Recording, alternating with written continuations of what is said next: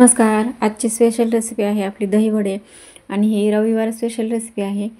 तर त्यासाठी आता आपण सर्वात अगोदर उडदाची डाळ जी आहे ती 5 ते 6 तासांसाठी भिजत घातलेली होती. तर तुम्हाला किती व्यक्तींसाठी बनवायची त्यानुसार ही डाळ घेऊ शकतात.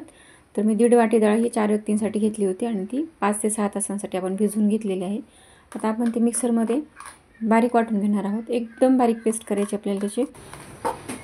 ही डाळ काढून घेत असतानाच आपण साईडला गॅसवर पाणी उकळत ठेवलेलं आहे, कारण मला चिंच आणि गुळाची चटणी करून घ्यायची. तर त्यासाठी आपण त्या पाण्यामध्ये चिंच उकळत ठेवलेली आहे 5 मिनिटांसाठी. आता आपण ते उकळत घेतल्यानंतर लगेच पुदिन्याची चटणी पण करून घेत आहोत, ग्रीन चटणी. तर त्यासाठी मी मिक्सरच्या भांड्यामध्ये 3 ते 4 हिरव्या मिरच्या, पुदिन्याची पानं, कोथिंबीर आणि अद्रक आणि सैंधव मीठ घालायचे आणि अर्धा लिंबूचा रस पण पिळून घ्यायचा आहे. तर थोडंसं घट्टपणा येण्यासाठी आपण याच्यामध्ये 1-2 चमचे डाळवं घातलेलं आहे आणि आता आपल्याला हे मिक्सरमध्ये बारीक वाटून घ्यायचं आहे. तर आता आपली हिरवी चटणी तयार झालेली आहे. आता आपण गॅसवर कढईमध्ये तेल टाकायला ठेवलेलं आहे. तर आता आपण हे उडदाच्या डाळीचं पीठ जे आहे ते फेटून घेणार आहोत आणि आपल्याला ते हातानेच फेटून घ्यायचे, कारण हाताने फेटल्यानंतर ते पीठ जे आहे ते आपल्या हाताची उष्णता त्या पिठामध्ये जाऊन व्यवस्थित फ्लफी होतं आणि मग आपले वडे पण छान टम फुगतात.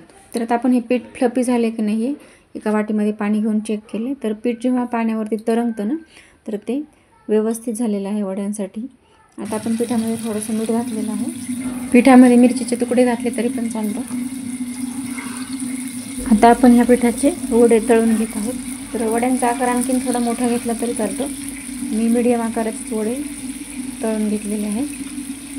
यापेक्षा मोठे पण वडे तुम्ही बनवू शकता. आता हे आपण वडे तळून घेत आहोत. आता आपले वडे तळून होत आहेत तोपर्यंत आपण बाजूला ही चिंच गुळाची चटणी पण बनवून घेत आहोत. तर आपण जे पाण्यामध्ये चिंच उकळून ठेवली होती तर ती गाळून घेतलेली आहे. आता त्याचा आपण कोळ काढून घेतला आहे.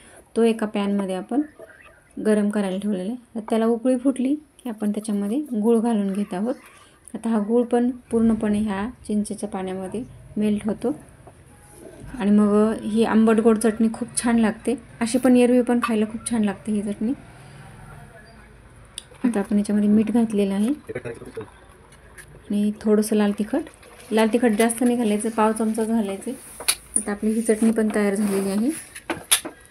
रविवार असलं की कसं मुलांना काहीतरी बाहेर हॉटेलला जाऊन खाण्याची इच्छा होते, त्यांनाच काय आपल्यालासुद्धा खाण्याची इच्छा होते.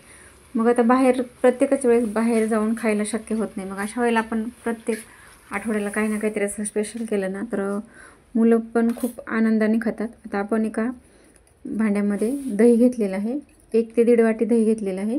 त्यामध्ये आपण पिठी साखर घालून ते फेटून घेतलेलं आहे.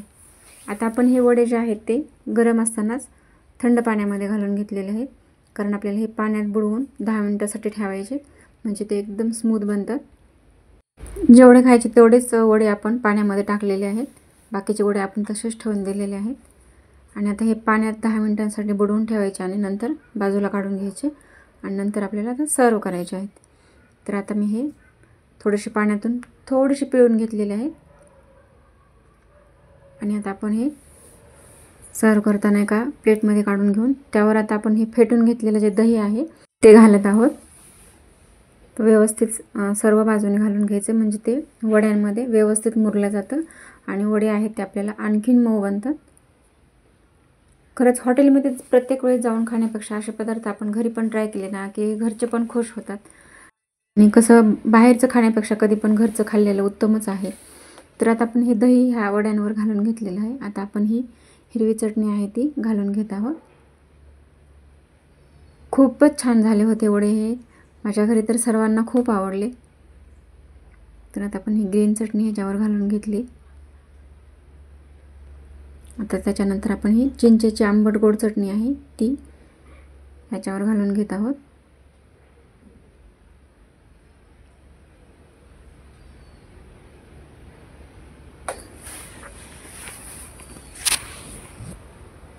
आता गार्निशिंगसाठी मी थोडंसं लाल तिखट पण घातलेलं आहे. आता हे काश्मीरी मिरची माझ्याकडे नाही आहे, मी घरचीच मिरची टाकलेली आहे. आता आपण वरून थोडीशी शेव घातलेली आहे, कारण त्याचा क्रंचीनेस जो आहे ना दाताखाली आला की खूप छान लागतो.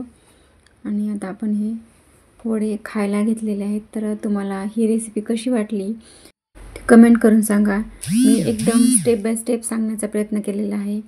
आणि आपल्या व्हिडिओला एक लाईक द्या आणि आपल्या चॅनलवर जर नवीन असाल तर अशाच नवीन नवीन रेसिपी पाहण्यासाठी आपल्या चॅनलला सबस्क्राईब करा. भेटूया नेक्स्ट व्हिडिओमध्ये. तोपर्यंत बाय बाय.